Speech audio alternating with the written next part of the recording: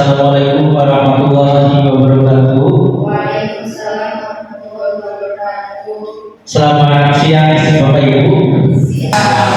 Oke, yang terhormat Bapak Kepala SMK Bapak Ibu Wahyudi SPD MNTD, yang terhormat Bapak Ibu guru, Bapak Ibu guru hebat, ya, SDIT, SMP dan SMK. Marilah kita sama-sama panjatkan puji syukur kita kehadirat Allah Subhanahu wa taala karena berkat rahmat serta hidayahnya kepada kita semua, sehingga kita dapat berkumpul di tempat insyaallah mulai ini. Salawat salam tak lupa kita curah limpahkan kepada junjungan kita Nabi Muhammad SAW, kepada keluarga, sahabat, dan kita insyaallah selalu mematahi janji. Pertama saya ucapkan terima kasih Bapak Ibu sudah meluangkan waktunya untuk mengikuti diseminasi terkait tentang budaya positif di sekolah atau penerapan budaya positif di sekolah. Nah, Bapak Ibu, jika kita mendengar kata budaya positif, apa yang terlintas di pikiran Bapak Ibu? Apakah sekolah kita sudah menerapkan budaya positif? Sudah ya? Contohnya apa? Mungkin ada yang mau berbagi pendapatnya?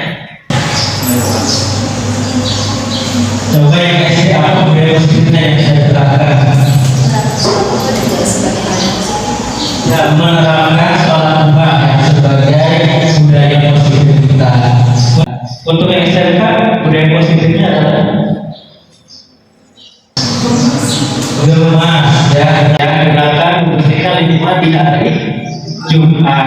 Begitupun dengan apel pagi, ya Bapak Ibu ya.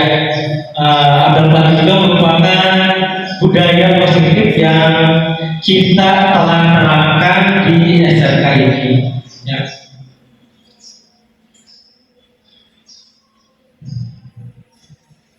Baik, sebelumnya perkenalkan, nama saya Rizky Jamulge. Di sini saya sebagai guru bahasa Inggris untuk SMK dan SMK Tahlan, dan kebetulan saya merupakan calon guru penggerak angkatan 9. Pada kesempatan ini saya ingin berbagi tentang penerapan budaya positif yang ada di sekolah kita. Budaya positif itu berbagai macam banyaknya Bapak Ibu. Jadi tidak hanya seperti pembiasaan akal saja, tapi juga pembentukan karakter merupakan budaya positif. Nah, kita akan membahas beberapa poin penting yang ada di budaya positif. Di sini terdapat konsep inti budaya positif. Yang pertama itu terdapat perubahan paradigma belajar, kemudian disiplin positif, lalu nilai-nilai kebajikan, kebutuhan dasar manusia, motivasi perilaku manusia, posisi kontrol guru, keyakinan kelas, dan segitiga restitusi. Nah, dari ke-8 komponen itu, apakah Bapak Ibu sudah pernah mendengar? Belum ya?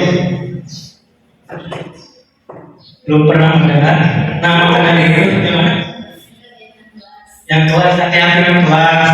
Kemudian juga pasti kita pernah dengar disiplin positif, ya. Terus nilai-nilai kebajikan seperti itu. Nah, jika kita berbicara tentang perubahan paradigma baru, kita telah menerapkan kurikulum merdeka dari SD sampai dengan SMK. Nah, kita ini sebagai guru harus tetap mengikuti perkembangan zaman dan alam.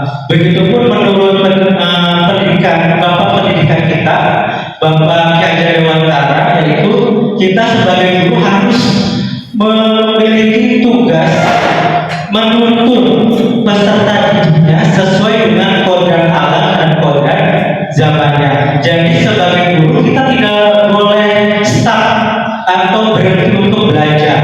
Kita ini guru adalah seorang pembelajar sepanjang hayat, seperti itu.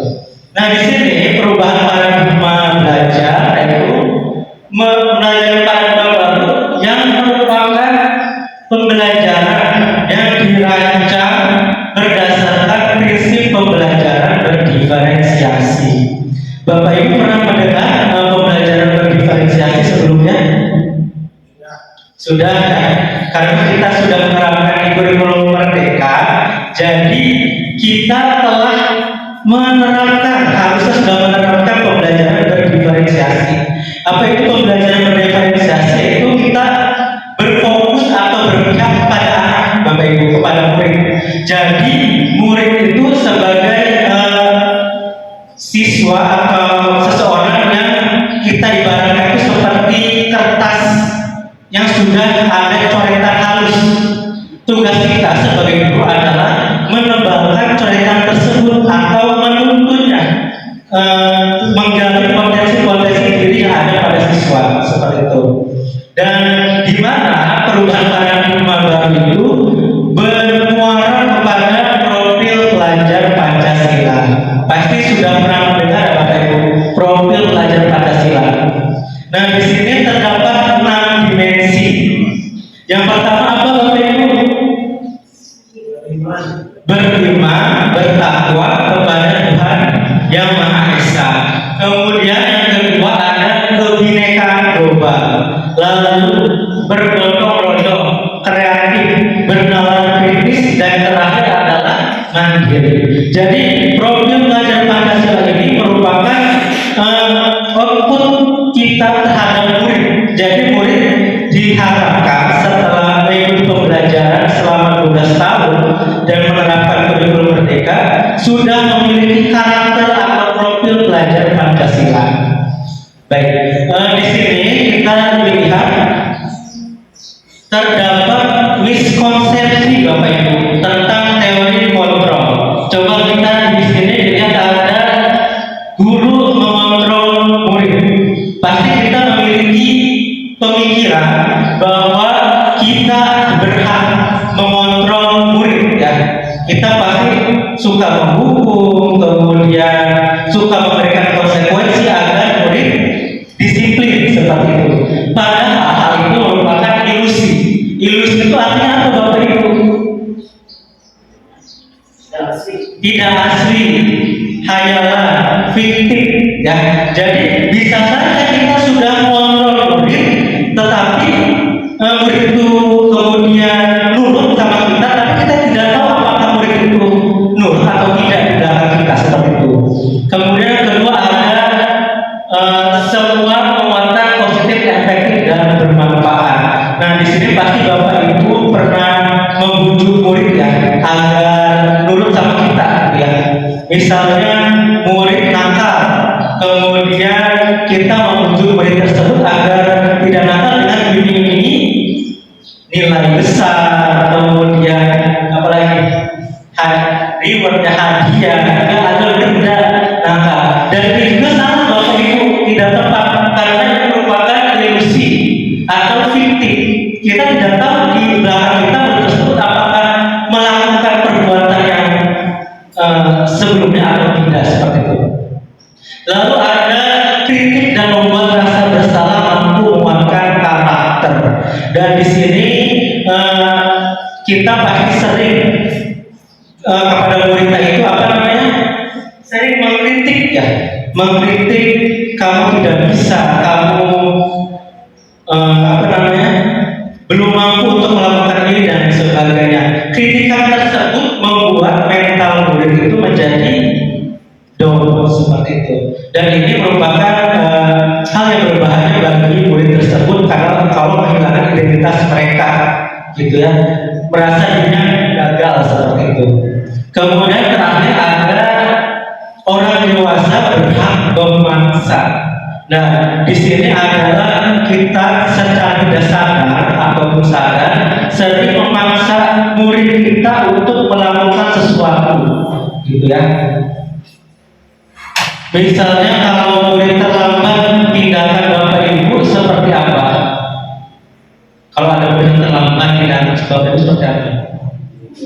Dihukum, menghukumnya. Kemudian apalagi suruh push-up, suruh lari.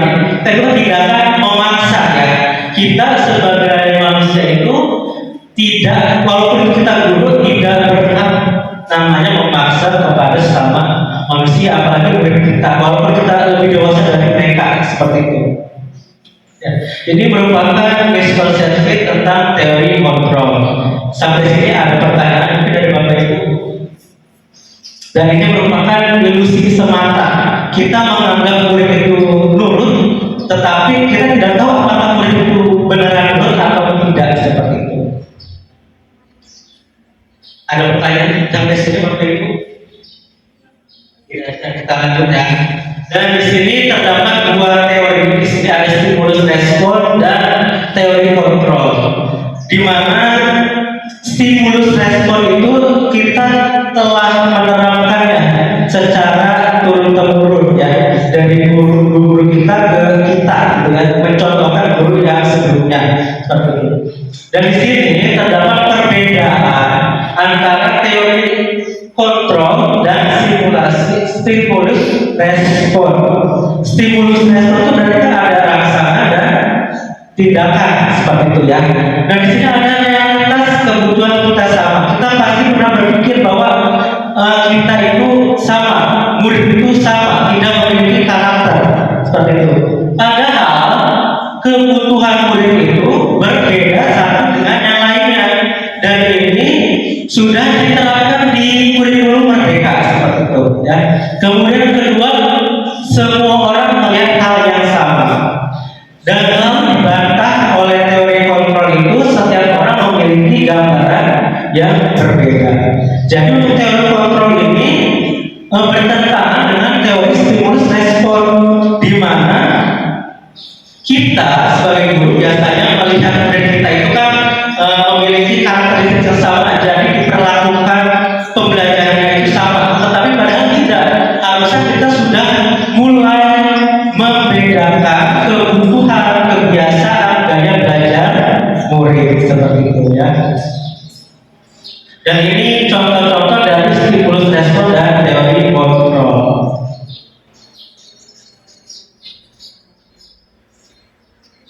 Nah, lalu kita masuk ke disiplin positif. Kalau kita berbicara disiplin, apa yang terlintas di pikiran Bapak Ibu? Disiplin. Disiplin apa? Ketat. Apa Pak? Rapi. Rapi. Terus apa lagi? Ketat, rapi. Patuh. Ya, kalau kita berbicara disiplin pasti merujuk kepada peraturan atau tata tertib di sekolah kita seperti itu. Murid yang disiplin pasti patuh seperti itu ya. Padahal di sini menurut disiplin itu berasal dari kata disiplina, yang artinya itu belajar. Dan belajar di sini mengacu kepada disiplin diri. Jadi harus kita sebagai guru harus mampu menumbuhkan motivasi atau disiplin diri murid itu sendiri seperti itu ya. Disiplin di sini memiliki tanggung jawab terhadap apa yang dilakukan berdasarkan nilai-nilai yang diyakininya. Nah, jadi murid-murid pasti memiliki nilai-nilai keyakinan yang diakuinya. Dan kita tugas guru sebagai guru harus menggali nilai tersebut yang terdapat dalam diri murid sehingga terciptalah disiplin positif. Nah, disiplin positif ini merupakan salah satu cara penerapan disiplin yang bertujuan untuk menumbuhkan kesadaran, kemudian serta memberdayakan peserta didik tanpa ada imbalan, penghargaan, ancaman ataupun hukuman. Jadi disiplin positif itu siswa tersebut sudah memiliki motivasi diri, gitu. Jadi tidak usah disuruh, tapi sudah peka sendiri seperti itu ya, untuk disiplin positif. Sampai sini ada pertanyaan mungkin dari Bapak Ibu terkait tentang disiplin dan teori stimulus respon. Kalau tidak ada kita lanjut ya. Nah, tentunya ini sebagai pendidik menciptakan peserta didik yang memiliki disiplin diri, sehingga mereka berperilaku mengacu kepada nilai-nilai kebajikan universal, gitu ya, dan memiliki motivasi intrinsik. Di sini kita perlu garis bawahi ada motivasi intrinsik, di mana motivasi yang terdapat dalam diri kita sendiri, seperti itu ya. Kalau kita melakukan apapun tidak tidak ada unsur paksaan dari pihak eksternal, seperti itu. Dan motivasi intrinsik ini juga berperilaku ke arah yang lebih baik. Nah, ini Bapak Ibu tentang nilai-nilai kebajikan yang harus Bapak Ibu guru ketahui untuk menerapkan di sekolah ataupun sekolah kita. Di sini terdapat nilai-nilai kebajikan di mana nilai-nilai kebajikan itu disepakati bersama, terlepas dari suku bangsa, agama, bahasa maupun latar belakangnya, seperti itu. Misalnya ada contoh nilai kebijakan institusi ataupun organisasi. Nah, di sini terdapat nilai profil pelajar Pancasila. Nah, tadi ya, profil pelajar Pancasila itu ada 6 dimensi. Kemudian di sini ada juga dari IPO Primaries Program atau PYP tentang toleransi, rasa hormat, integritas, mandiri, menghargai, antusias, kemudian empati, keingin-tahuan, kreativitas, kerjasama, percaya diri dan komitmen. Kemudian dari keterampilan hidup atau life skill, dapat dipercaya, lurus hati, pendengar yang aktif, kemudian tidak merendahkan orang lain, dan memberikan yang terbaik pada diri. Dan ini nilai-nilai kebajikan ini nanti Bapak Ibunya harus dipraktikkan kepada murid kita, gitu ya, untuk diterapkan ke dalam keyakinan kelas, seperti itu. Sampai sini ada pertanyaan tidak Bapak Ibu? Tidak ada? Boleh kita lanjut?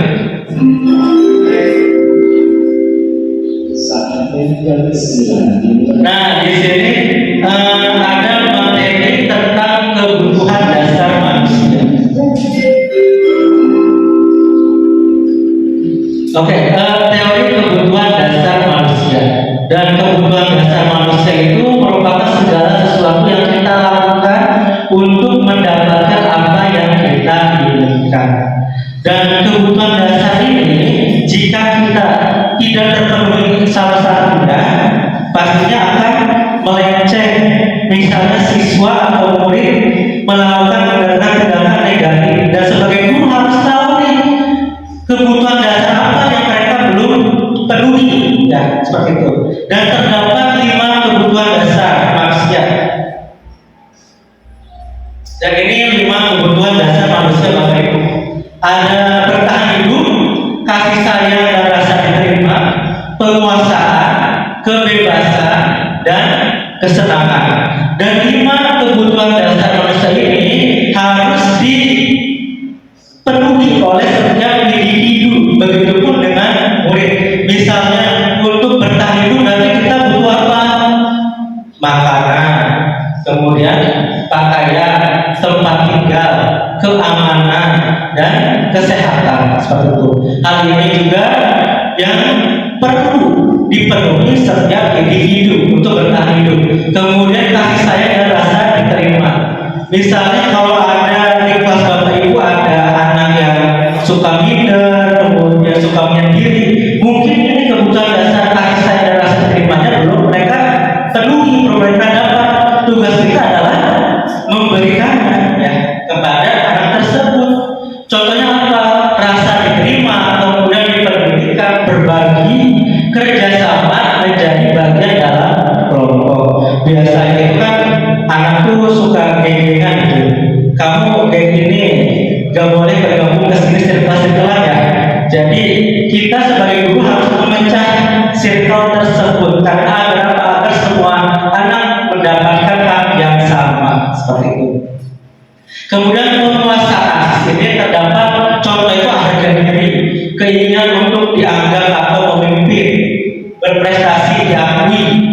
juga didengar. Contoh murid seperti ini juga banyak yang kita temukan ya di sekolah kita. Misalnya anak itu ingin diperhatikan, kemudian ingin menjadi pemimpin, gitu ya, nggak mau diatur ya. Dan ini juga termasuk ke dalam kebebasan. Nah, ini kebebasan ini. Contoh itu ada mandiri, memiliki pilihan, mencoba hal baru, mampu mengendalikan arah dirinya, jadi tidak bisa diatur murid seperti ini. Dan tugas kita memfasilitasinya, bagaimana caranya agar murid tersebut mendapatkan kebebasan seperti itu, ya, agar tidak melakukan hal-hal yang negatif seperti itu. Kemudian terakhir ada kesenangan. Kesenangan itu bisa berupa bermain, humor, antusiasme, dan tertawa. Dan sampai sini ada pertanyaan tidak Bapak Ibu? Boleh sambil ini sambil makan mungkin? Ya, sambil ngemil ya. Dan ini merupakan 5 kebutuhan dasar manusia. Dan di sini ada motivasi perilaku manusia. Nah, ini Bapak Ibu ya. Ada motivasi ekstrinsik dan juga ada motivasi intrinsik.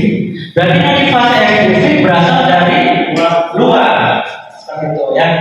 Misalnya motivasi intrinsik itu murid itu untuk menghindari ketidaknyamanan atau hukuman. Biasa itu murid nurut karena takut dihukum, ya. Murid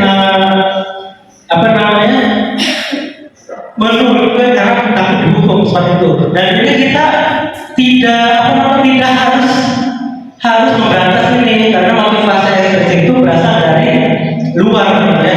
Jadi kita sebagai guru harus menggali motivasi ada pada diri murid kita seperti itu.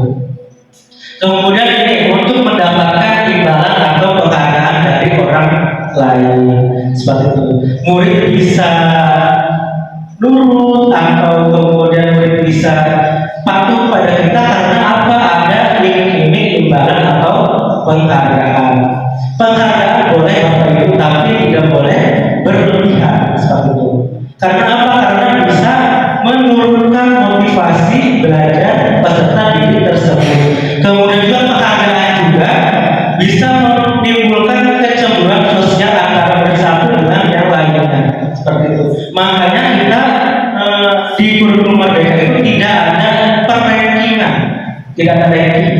Jadi mereka berprestasi dengan cara mereka sendiri seperti itu. Jadi ini untuk apa? Tujuannya untuk menggali motivasi pada diri mereka. Di murid Bapak Ibu sudah level mana motivasinya? Masih ekstrik ya, masih kepada untuk menghindari ketidaknyamanan atau hukuman, kemudian untuk mendapat imbalan. Biasanya kita secara dari sana, ayo maju ke depan, nanti Bapak kasih uang, reward, gitu ya. Reward itu sebenarnya boleh, tapi yang tidak boleh itu reward berupa barang. Ya, kita boleh reward coba tepuk tangan buat si A, ya.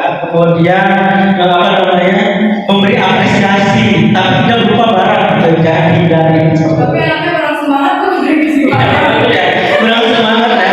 Kalau cuma tepuk tangan doang, apa sih? Apa sih kan kita Dikasih barang, apalagi sampai langsung gitu. Mau ada mau lah gitu ya, gue maju untuk apa gitu. oh iya itu berarti mereka masih ekstrinsik gitu ya, motivasi belajar karena untuk imbalan atau penghargaan. Dan terakhir ada, nah ini yang kita harus perlu diganti lagi murid kita ini motivasi untuk menjadi mereka yang diinginkan atau menghargai dirinya sendiri seperti itu ya. Jadi mereka sudah mampu ingin sesuatu atas dasar kemauan sendiri tanpa ada paksaan dari orang lain. Misalnya belajar nih, mau maju ke depan karena yang kita harus paham itu materi tersebut, tidak ada unsur iming-iming imbalan atau penghargaan atau hukuman.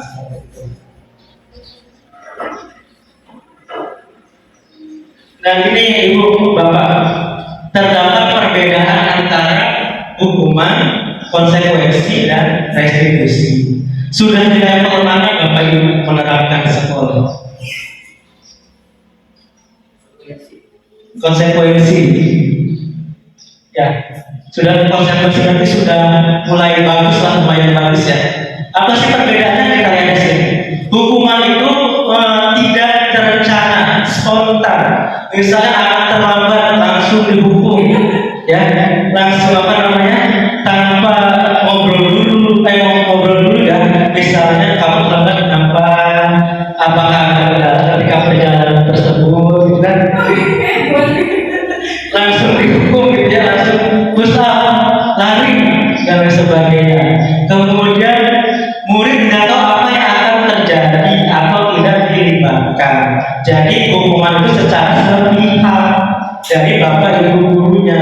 Hukuman itu tidak berupa hanya fisik, tapi juga non fisik. Contohnya misalnya berbicara tapi sudah langsung menyinggung ke hati, gitu ya. Misalnya ada anak ngobrol di kelas, kemudian bapak ibu tidak sadar sebutkan namanya, coba misalkan maju ke depan, kamu dari tadi ngobrol terus, gitu ya. Itu merupakan hukuman secara verbal, verbal ya, secara verbal. Jadi si anak akan merasa dirinya ada diri dong dan tersudut seperti itu.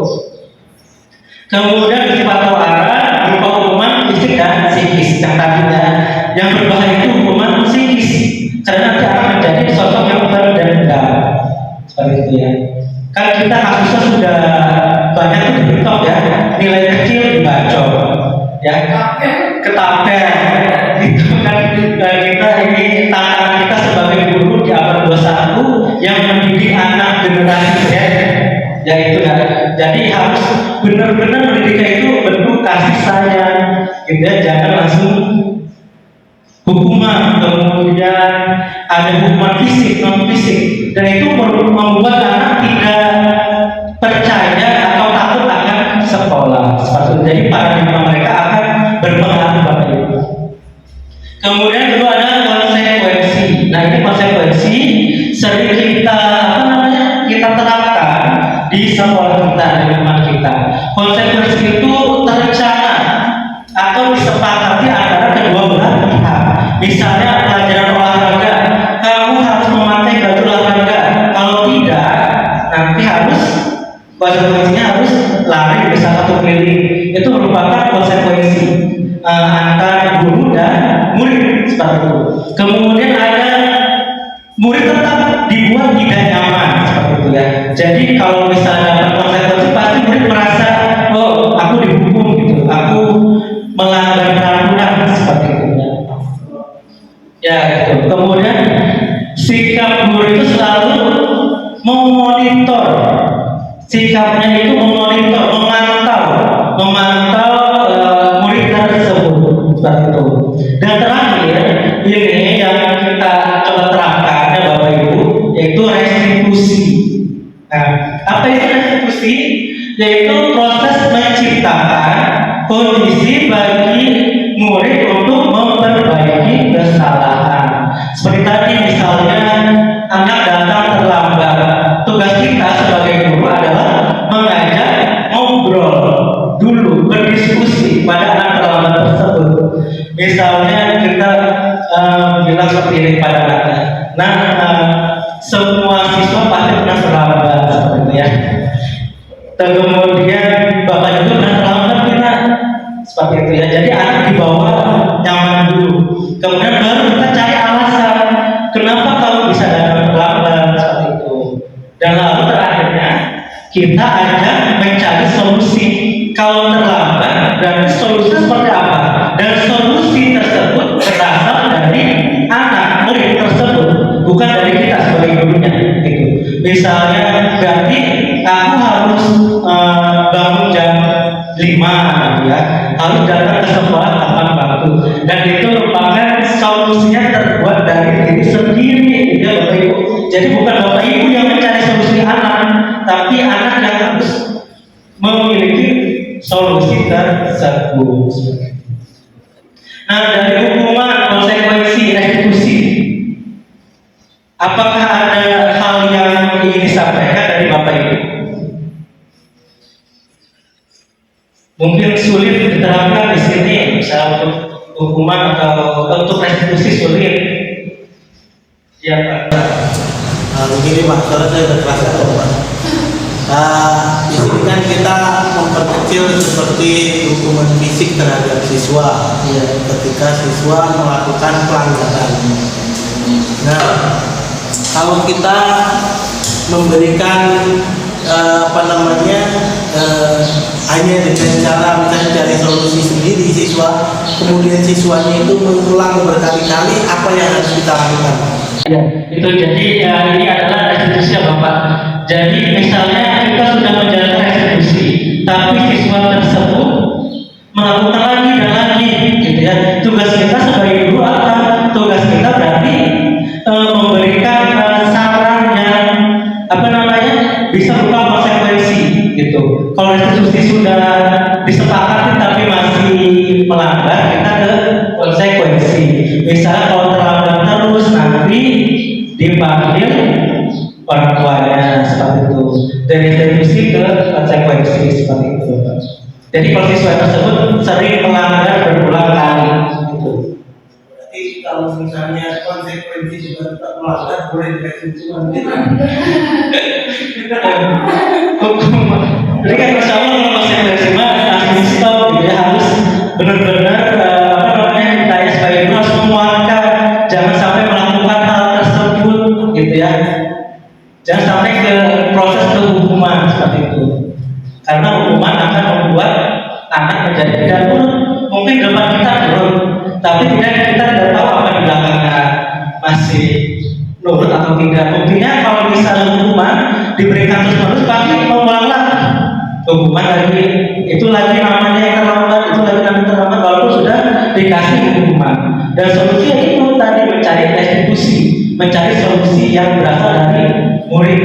Gitu. Seperti itu Bapak. Ada lagi Pak? Iya. Berarti kalau misalnya kita dengan konsep yang seperti ini, apakah aturan atau tata tertib sekolah sudah direvisi ya? Nah, ya betul. Dari tata tertib atau aturan sekolah nanti kita akan dibuat keyakinan sekolah atau keyakinan kelas. Nah, nanti kita akan membahas keyakinan kelas atau keyakinan sekolah. Jadi keyakinan sekolah itu sifatnya itu memiliki nilai-nilai kebajikan seperti yang tadi, gitu. Jadi sifatnya udah harus kamu harus kayak ini, tidak boleh, jangan dan sebagainya, itu dihindari kata tidak boleh dan jangan di keyakinan sekolah atau keyakinan kelas. Jadi nanti kita merubah konsep tata tertib menjadi keyakinan sekolah atau kelas.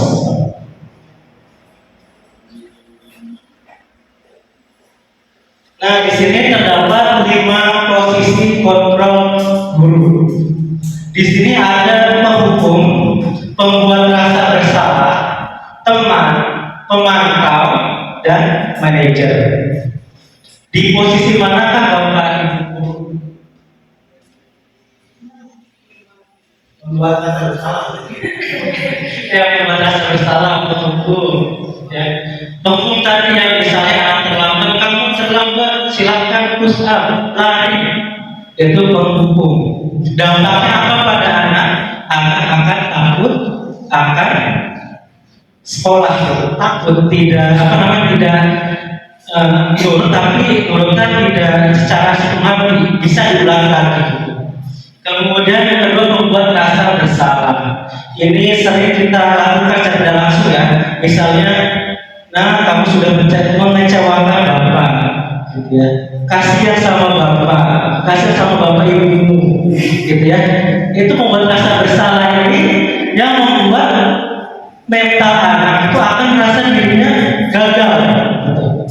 Biasanya kalau anaknya sensitif ya, kan ada tuh anak yang misalnya keras gitu ya. Kalau sensitif anaknya gagal, rasa minder, dan ini yang paling berbahaya di sini Bapak Ibu, pembuat rasa bersalah nanti sewaktu-waktu kalau meledak seperti bom waktu, nanti akan memberontaknya lebih parah daripada dampak si anak yang dapat hukuman. Kemudian ada posisi teman.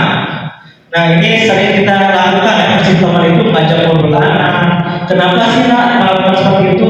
Biasa wali kelas ya atau guru kelas kepada anak itu ya. Apalagi untuk SD kan pasti dekat sama anaknya ya. Ini posisi teman di sini posisi teman sudah bagus, tapi hanya saja siswa atau murid akan bergantung kepada guru tersebut yang memiliki posisi teman tersebut. Misalnya, Pak, saya nggak mau belajar sama guru ini, nggak enak ngajarnya. Ada seperti itu ya. Ini guru ini galak dan sebagainya, nggak kayak bapak yang baik, yang sering dengar gitu kan, posisi teman. Dan ini membuat anak merasa ketergantungan kepada guru tersebut. Dan ini belum efektif, Bapak Ibu. Kemudian ada posisi pemantau. Posisi pemantau ini, hal ini pemantau pasti kita sering melakukan, mengingatkan anak untuk tata tertib atau peraturan di sekolah. Kamu sudah melanggar peraturan poin apa, tata tertib apa. Ini merujuk kepada pemantau itu mengingatkan anak terhadap tata tertib atau peraturan sekolah.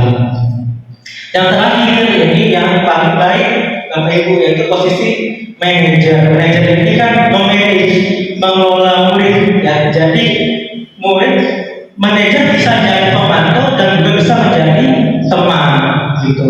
Jadi manajer ini membuat murid menimbulkan motivasi pada dirinya sendiri seperti itu.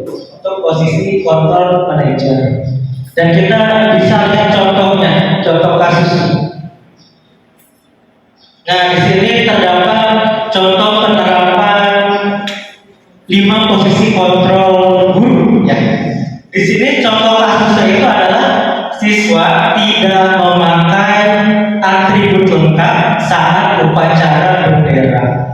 Di posisi penghukum pasti langsung berpoin menghukum siswa tersebut. Contohnya hormat pada bendera selama 1 jam.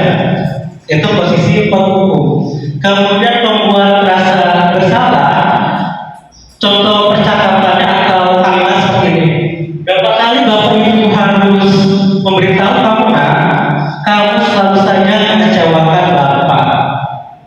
Nah ini contoh untuk membuat merasa bersalah. Kalau misalnya teman, nah ini kita lihat di teman, bahasanya bahasa teman ya. Ayo dong ikuti peraturan sekolah, tolong bantu Bapak Ibu ya, sekali ini saja. Itu merupakan bahasa teman kepada murid kita. Dan ini bahayanya itu biasanya murid kalau udah dekat suka tidak respect, tidak baik pada kita. Gitu. Jadi walaupun teman tapi harus ada batas antara guru dan murid seperti itu. Kemudian terakhir ada pemantau. Kamu sudah melakukan peraturan sekolah dan tadi pemantau itu sering mengaitkan kata peraturan, kata tertib, gitu ya. Kamu tahu konsekuensinya, gitu ya. Setelah upacara kamu beli atribut dan jangan diulangi lagi. Ini posisi pemantau. Lalu ada posisi manajer. Nah ini misalnya manajer ini sudah melakukan restitusi ya. Nah, misalnya apakah kamu tahu kesalahanmu? Nah, kira-kira bagaimana kamu memperbaikinya? Memperbaiki kesalahan. Dan pertanyaannya, Bapak Ibu berada di posisi mana sebagai evaluasi diri kita dan teman kita? Masih di teman ya, atau merasa bersalah gitu ya? Kadang-kadang ya, menyesuaikan. Ya, jadi terkadang di posisi merasa bersalah, kemudian manajer gitu ya, sebagainya. Kita tidak bisa berubah secara langsung tiba-tiba menjadi posisi manajer, tidak bisa. Tapi harus saling pelan-pelan gitu pada anak kita.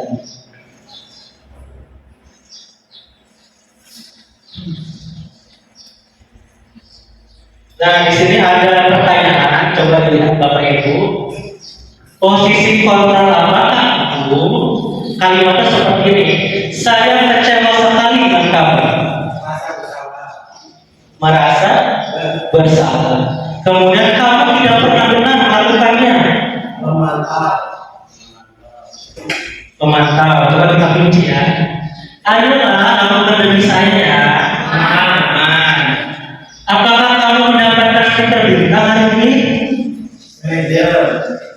Manajer. Bagaimana kamu bisa menyelesaikannya? Manajer. Coba kita lihat di pertama. Saya kecewa sekali dengan kamu. Itu posisi merasa bersalah. Itu membuat anak merasa bersalah. Itu kemudian kamu tidak pernah benar melakukannya. Itu posisi penghukum, Bapak Ibu. Di situ ada anak tidak pernah benar. Itu kata-kata yang menyakiti anak. Tidak pernah benar, jadi anak akan merasa dirinya terhubung atas perkataan Bapak Ibu guru tersebut. Ayolah lakukan demi saya ya, itu teman. Kemudian apakah kamu mendapatkan stiker bintang ini? Memantau. Apa kata kuncinya? Stiker bintang. Apa namanya? Mengacu kepada peraturan. Apa kata tertib, record dan sebagainya. Nah, lalu bagaimana kamu bisa menyelesaikan ke posisi manajer? Mudah-mudahan setelah ini kita bisa menerapkan di murid kita ya, ya. Untuk posisi teman, minimal teman dulu kan, teman kemudian langsung manajer, pemantau dan manajer. Tolong hindari posisi penghukum dan membuat rasa bersalah. Nah, berikutnya adalah keyakinan kelas, atau kita bisa bilang kesepakatan kelas, kontrak belajar, gitu ya. Coba kita sini ada pertanyaan, mengapa keyakinan kelas bukan peraturan kelas? Tadi Pak Ribut bilang, kenapa kata tertib dan tidak efisien? Gitu. Dan di sini jawabannya, mengapa keyakinan kelas bukan peraturan kelas? Karena apa tadi? Karena di keyakinan kelas itu terdapat nilai-nilai kebajikan yang bisa menimbulkan motivasi intrinsik pada murid. Gitu. Ya, nilai-nilai kebajikan itu bisa berupa profil pelajar Pancasila, kemudian bisa juga dari IQ yang tadi ada toleransi dan sebagainya. Gitu ya. Kalau peraturan kelas itu pasti sifatnya itu mengikat kepada murid, gitu. Dan jadi murid takut karena ada peraturan kelas. Saya lihat Bapak Ibu guru khususnya SMK sudah menerapkan kesepakatan kelas, ya. Sudah bagus, sudah baik. Dan tapi kita akan melihat bagaimana cara membuat keyakinan kelas yang baik, yang betul seperti ini. Nah ini Bapak Ibu, pembentukan keyakinan kelas bersifat abstrak. Keyakinan kelas dibentuk antara guru dan murid. Jadi tidak boleh gurunya yang menuliskan peraturannya, tapi berasal dari murid. Murid maunya apa? Ditulis. Tidak boleh makan, tidak boleh makan dalam kelas, tidak boleh ngobrol, tidak boleh apa-apa dan seterusnya. Kemudian berupa pernyataan universal yang menyeluruh. Kemudian dibuat dalam pernyataan positif. Yang tadi kata tidak boleh datang terlambat, berarti kata positifnya apa? Harus datang tepat waktu, betul ya? Jadi harus datang tepat waktu, dibuat seperti itu. Tidak boleh mencontek, berarti positifnya menjaga sendiri. Harus bersifat jujur. Kemudian sedikit saja agar mudah kita boleh 10 atau 5 saja Bapak Ibu agar murid bisa melihat. Jangan sampai panjang, itu kan murid pasti akan pusing nantinya. Ya, yang penting poin utamanya apa, kemudian ada nilai kebajikannya apa, seperti itu. Misalnya kalau tidak boleh bicara atau bersifat jujur, berarti nilai kebajikan itu adalah kepada karakter keintegritas, seperti itu. Nanti kita buat. Kemudian sesuai dengan kondisi kelas dan sekolah sehingga mudah diterapkan. Lalu semua warga sekolah atau wakil kelas dilibatkan saat membuat keyakinan kelas tadi. Ya, tadi seperti tadi. Jadi kita tidak boleh membuat peraturan kelas atau keyakinan kelas, tapi kita yang menentukan. Harusnya murid yang menentukan keyakinan kelasnya sendiri. Sebab itu agar apa? Agar mereka dapat mematuhi atau meyakini keyakinan kelas tersebut. Seperti itu. Sampai pembentukan keyakinan kelas, ada pertanyaan juga Bapak Ibu? Lanjut. Nanti di sekalian di pertanyaan. Nah, terakhir ada segitiga restitusi. Artinya restitusi adalah suatu proses dialog yang dijalankan antara guru dan murid yang dapat menghasilkan murid yang mandiri dan bertanggung jawab. Kita poinnya kepada murid yang mandiri dan bertanggung jawab. Adapun proses segitiga restitusi itu yang pertama ada menstabilkan identitas, kemudian ada validasi tindakan yang salah, lalu yang ketiga ada menanyakan keyakinan. Ini adalah tahapan segitiga restitusi. Nah, ini yang pertama itu adalah menstabilkan identitas. Tujuannya apa? Tujuannya adalah berdasarkan prinsip membuat kesalahan adalah kemudian proses pembelajaran. Jadi anak di sini dibimbing atau distabilkan emosinya, dikontrol emosinya supaya anak tidak merasa bersalah, gitu ya, takut dan sebagainya. Ini adalah kita sebagai guru itu harus menstabilkan identitas murid. Jadi di sini adalah poin itu kesalahan adalah sebagian proses pembelajaran. Ini contoh restitusinya Bapak Ibu. Jadi berbuat salah itu wajar. Kemudian tidak ada manusia yang sempurna. Lalu Bapak Ibu juga pernah melakukan itu. Kemudian Bapak Ibu tidak mau mencari siapa yang salah, tapi mencari solusi dari permasalahan ini. Lalu kamu berat merasa begitu, ya? Kamu berat merasa begitu. Jika kamu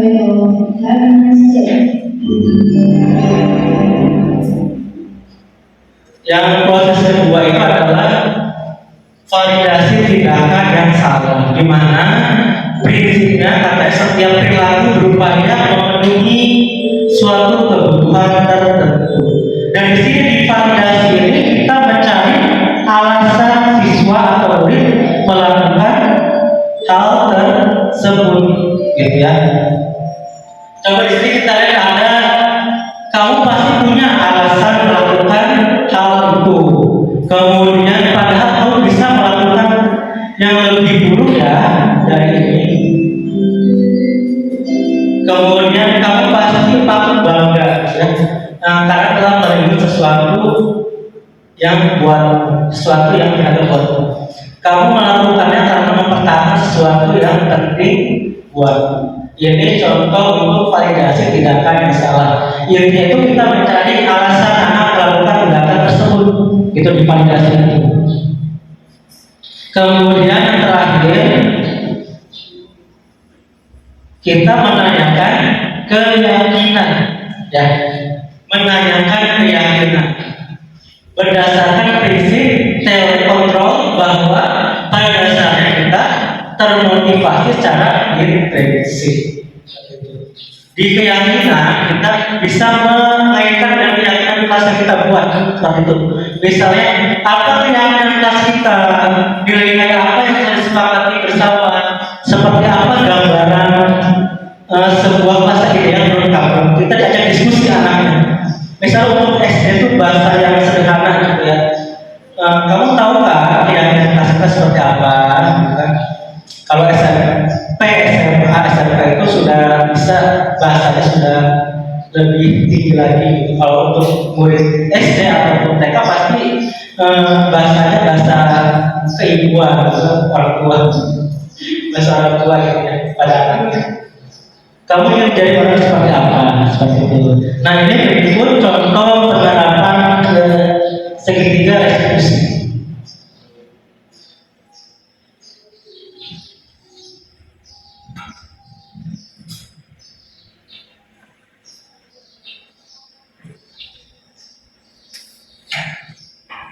Iya, Yang Pak.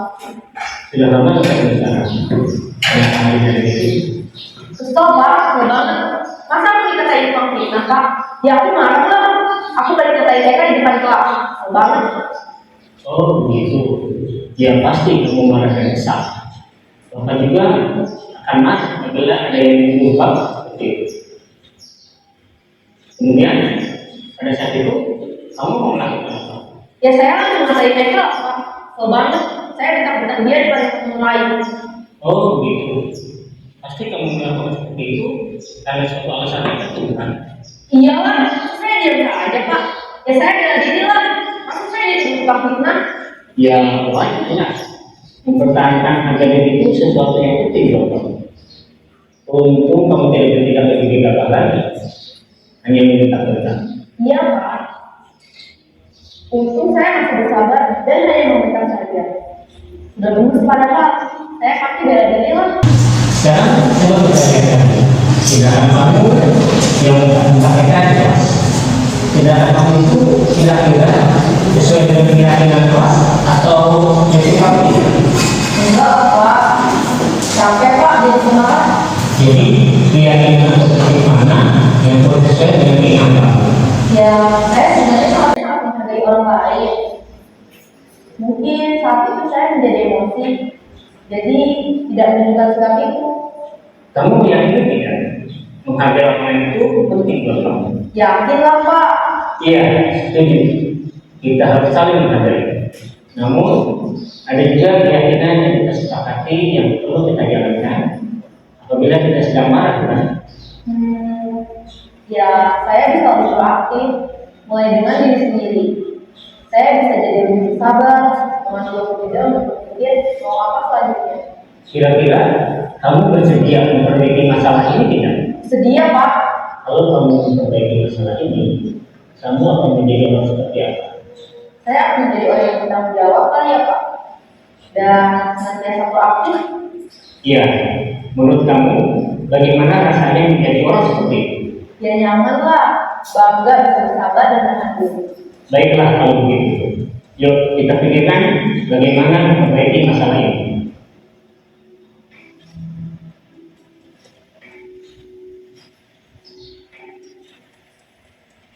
Nah, dari video tersebut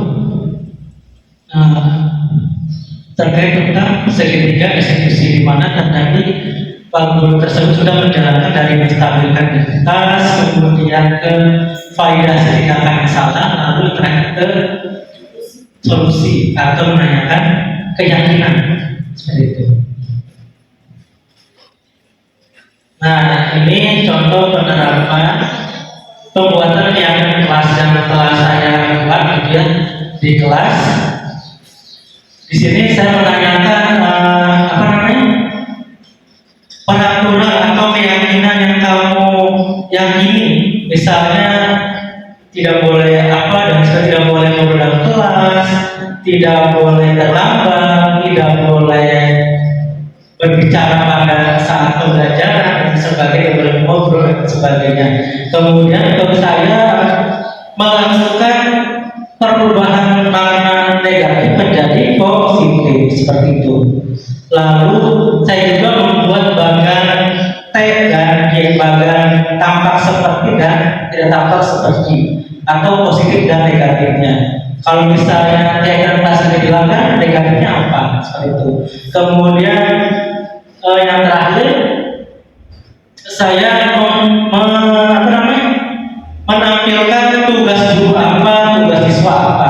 Jadi anak sama-sama tahu bahwa kita sebagai guru atau murid sama, yaitu memiliki keyakinan sendiri gitu. Ya.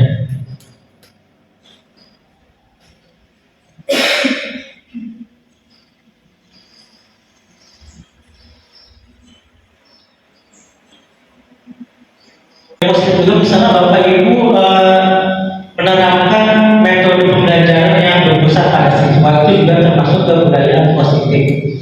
Nanti misalnya tiga.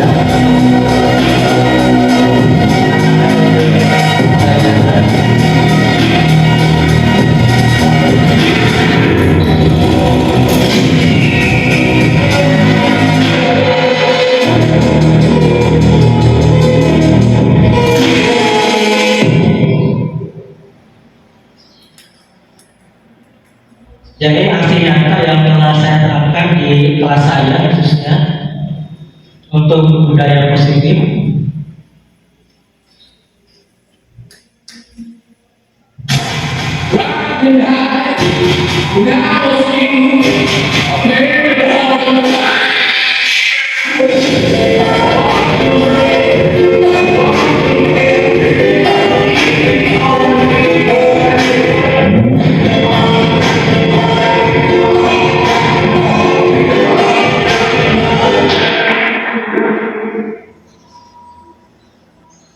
Lalu di SMA juga sudah menerapkan literasi sekolah. Jadi literasi sekolah itu merupakan budaya positif kita.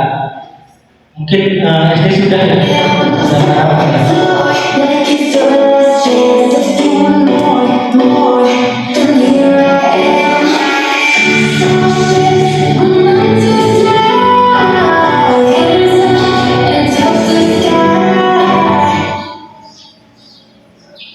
Dan terakhir saya sudah menerapkan segitiga restitusi kepada murid saya yang khususnya di kelas saya.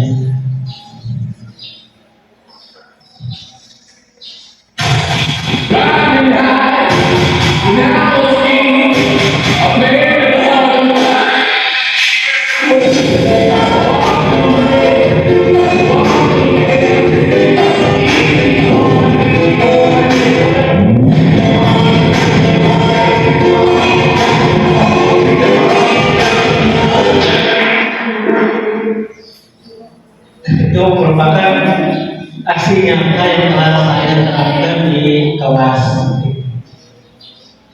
Nah, Bapak Ibu, sampai sini apakah ada pertanyaan?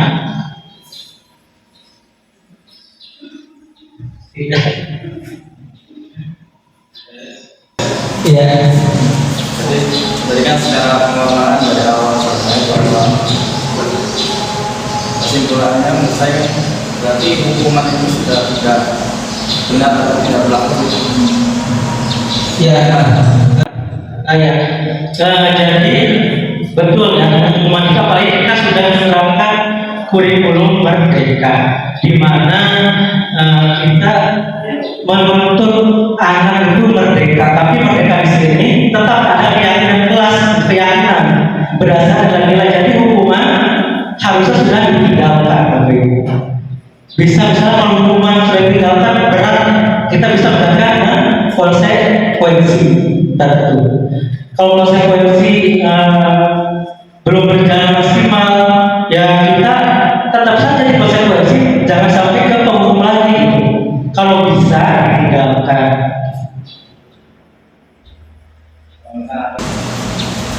Kalau misalnya ada guru yang masih menerapkan seperti itu, misalnya guru senior atau pimpinan, bagaimana cara mengingatkan?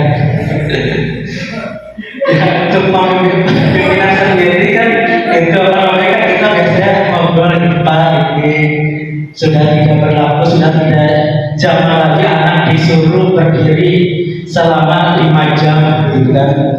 Kemudian sudah tidak berlaku lagi baju dikeluarkan di setak-setak itu sudah tidak berlaku lagi sebenarnya. Itu akan membuat anak tidak takut, malah mereka akan melawan.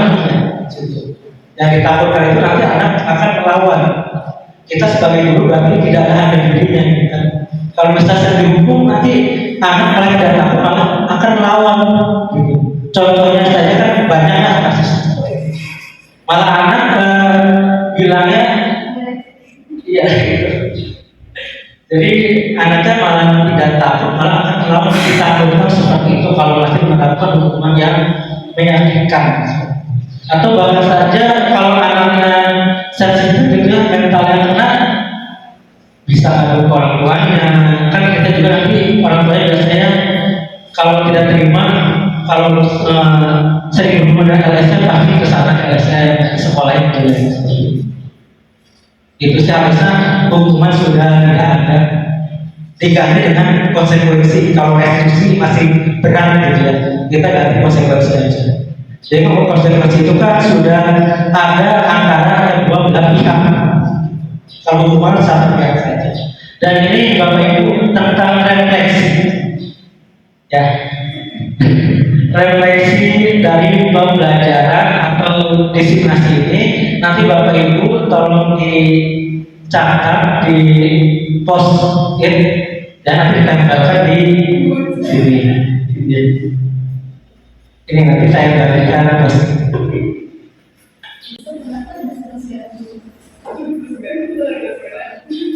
Nah, ini pertanyaannya.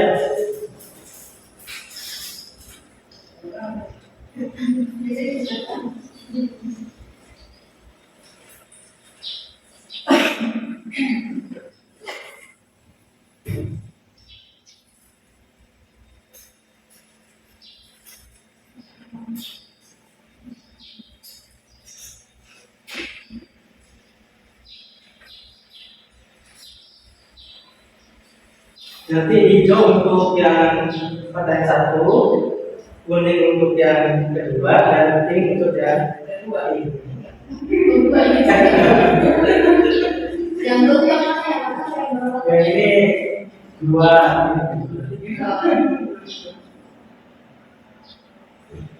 Jadi hijau untuk apa? Satu, kuning dua, pink tiga. Tiganya yang target.